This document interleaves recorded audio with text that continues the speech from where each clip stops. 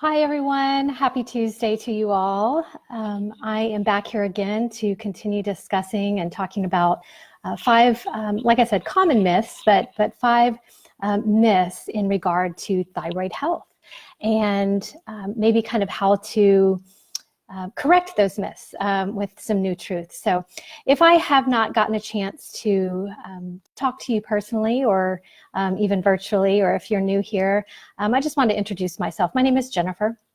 I'm a registered dietitian practicing in a functional kind of way, and that's just a kind of fancy way of saying I like to dig deep to get to the root cause of problems and conditions, and rather than just saying what's wrong, well, let's put this on to fix it, we kind of say, well, what's causing this? And we work kind of backwards before we work forwards. So, what I specialize in is I specialize in helping women with thyroid conditions, and even more so women with hypothyroid conditions who are struggling to conceive. Hypothyroid is a hard condition to live with, and when you're trying to conceive, that's hard in and of itself. And when you put those two together, sometimes it seems impossible. So I work to help women use food as medicine, lifestyle, kind of all-encompassing approach to nurturing their thyroid, or nourishing their thyroid rather, in a great way to provide all the nutrients it needs, and hopefully nurturing that possibility of conceiving. So at any rate, we talked yesterday about one myth, and that's that Brazil nuts can be used to provide all the selenium you need in a day. And Brazil nuts are a great source of selenium. But when it comes to providing all you need, Brazil nuts, as we talked about yesterday, aren't really the best way to ensure that you're getting the right amount every day. So today we're going to talk about something that affects all of us. And whether you have a diagnosed hypothyroid condition or not, this is something that kind of could be not a red flag, but just something to note when you're getting labs done and when you're getting kind of annual physicals. And that is in regard to a specific lab called TSH. And what that stands for is your thyroid stimulating hormone. And the myth that we're going to talk about today is that my TSH is normal, so my thyroid function is fine or okay. And that is definitely not the full picture. So let's talk about that. TSH is a marker for thyroid health, but it's definitely not the best one, especially when it's done all by itself, which typically and often rather is what's used to kind of evaluate that overall thyroid health. Is we'll just check TSH. If TSH is fine or normal, we just keep moving forward and say, well, it must be something else. It gives information about your thyroid, but it doesn't really evaluate your thyroid itself and how it's working. And here's why. TSH is a hormone that's secreted by your brain. And it's kind of one of these feedback mechanisms that when your thyroid needs to kind of wake up and do its thing, your pituitary gland in your brain secretes thyroid stimulating hormone to stimulate your thyroid to wake up and produce more of those thyroid hormones, T4 and T3. And so it comes from your brain to stimulate, and when your cells need more thyroid hormone, then your TSH goes up. We want more stimulation. And when your cells don't need so much, your TSH goes down. We don't need that stimulation, so the TSH, goes down. So that's why it's used as kind of a gauge to say, well, how's your body doing? Well, it needs a lot more all the time, so it must be, something must be wrong, must need, doesn't need so much. Trouble with that is normal is such a vast range, and we'll talk about that in a minute. But you can kind of think of TSH as your alarm clock, right? In the morning when it gets you up, you need a little bit of stimulation to get yourself out of bed. Your alarm clock goes off, you hit it, turn it off, you get up, it tells you, okay, it's time to start your day. Your alarm clock did its thing, and you don't need it anymore. But let's say kind of on a bad day, you had a late night, something was off, and it went off, and you hit snooze, and it had to go off again, and you hit snooze, and it then kept getting louder. So it needed to stimulate you more to get up and do your thing. You can kind of think of TSH as that. It's a stimulator for your thyroid to go produce those hormones that it needs. So let's talk about that normal range. On a lab report, you'll see the range for TSH normal, again, is anywhere from like 0.4 or 0.5, so significantly less than 1, all the way up to sometimes like high 4s, 4.8, 4.9. So I've seen them sometimes even 5 and above. Okay, so when you're talking below 1 and all the way up to 5, that's quite a big range. Let's imagine you evaluated your day. How was your day on a scale from 0.5 to 5? You know, that's a pretty big marker. So how can TSH be normal, but still maybe not signify or still kind of have something going on with your thyroid that needs to be looked at? Well, let's talk about that a little bit. TSH can still be normal if it's making enough of that T4 hormone. Again, that's about 90% of the thyroid hormone that your thyroid makes. But it's not converting, your body is not converting all that T4 to the active form of T3. So your TSH doesn't need to make any more. It's got plenty of T4 out there. Your body's just not converting it all. And so for a while, there's no need to make more. That can be caused by things like stress, inflammation, insulin resistance, over-exercising. There's a lot of things that are caused or that can play into that factor rather. Another reason your TSH can be normal but still have something going on is that your cells that use that active T3 hormone aren't receiving it. They're not receptive to it. So again, there's that T4 out there. There's enough T3, your cells aren't getting it. And again, it takes a little bit, but for a while your TSH is still normal.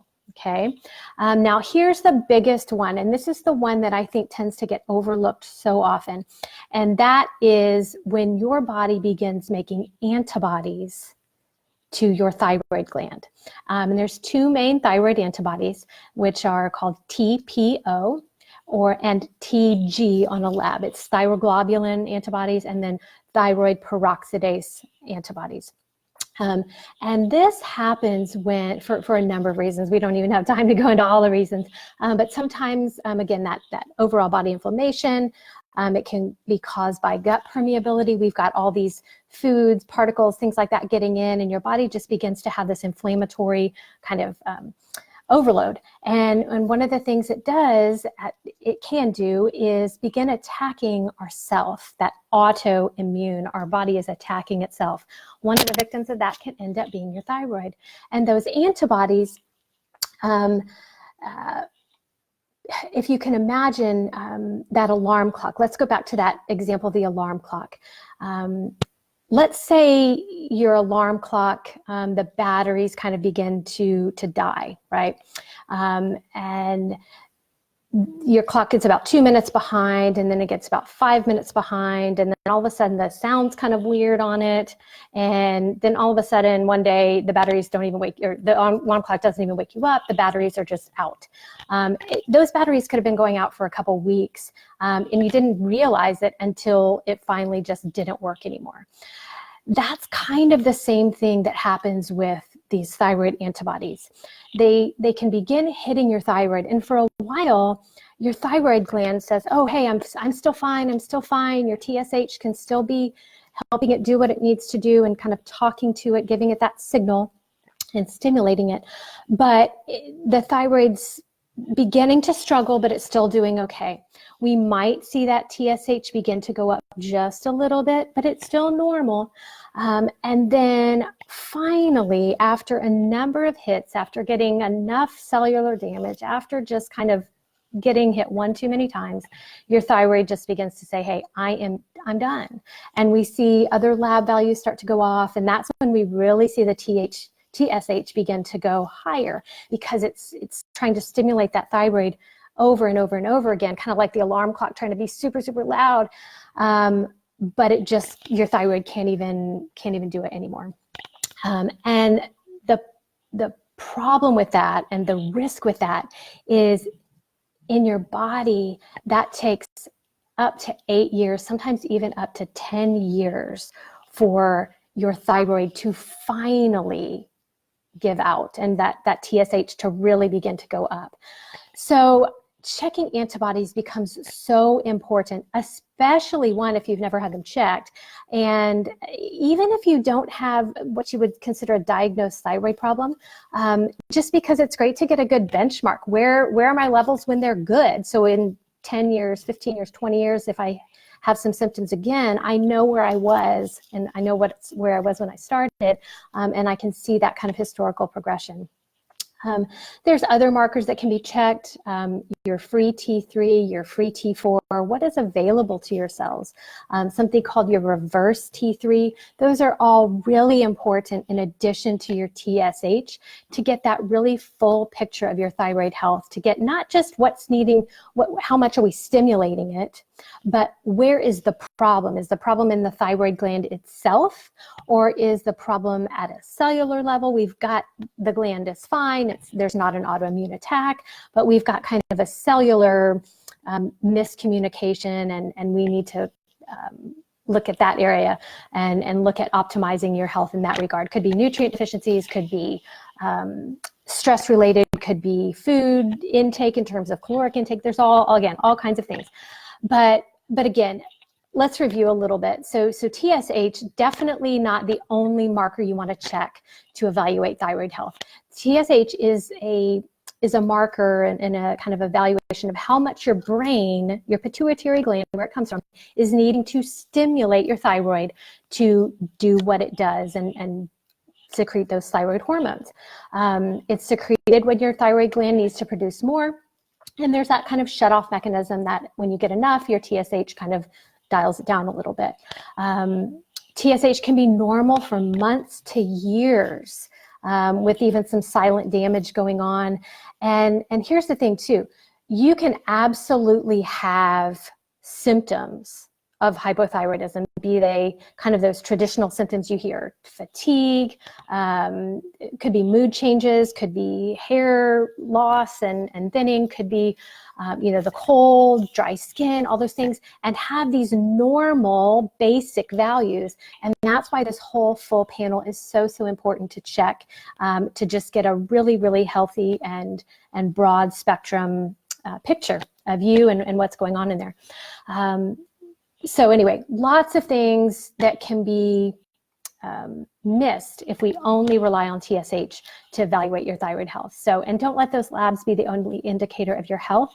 And even don't let those normal ranges tell you what's optimal for you. Look at your history. Look at where you were a year ago, 2 years ago, or such. So you can see that trend that maybe you're still within this broad normal range that a lab chose for you, but it's not optimal for you because you are the one who lives inside your body.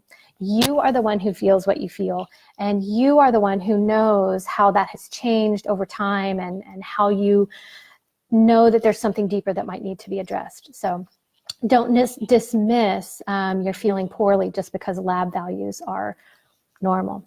So, all right, that is myth number 2. We will be back tomorrow with another one. We're going to hit the food area again tomorrow. So we hit a supplement yesterday, kind of a nutrient. We talked a little bit about thyroid and labs themselves today. And tomorrow we're going to talk about a little bit of a food myth that I've heard a lot of people talk about. So thank you so much for being here. Please, as always, send me comments, questions, anything you have in terms of thyroid health, trying to conceive, fertility, or even just hypothyroidism in general. And if you would like to even subscribe to my email, message me that, or visit my website, and we can definitely get you hooked up to that and get those things coming to you at jenniferzucconi.com. So, all right, you guys, have a wonderful rest of your Tuesday. I hope it's beautiful and sunny where you are. And thank you again for being here. I'll talk to you again soon. Bye-bye.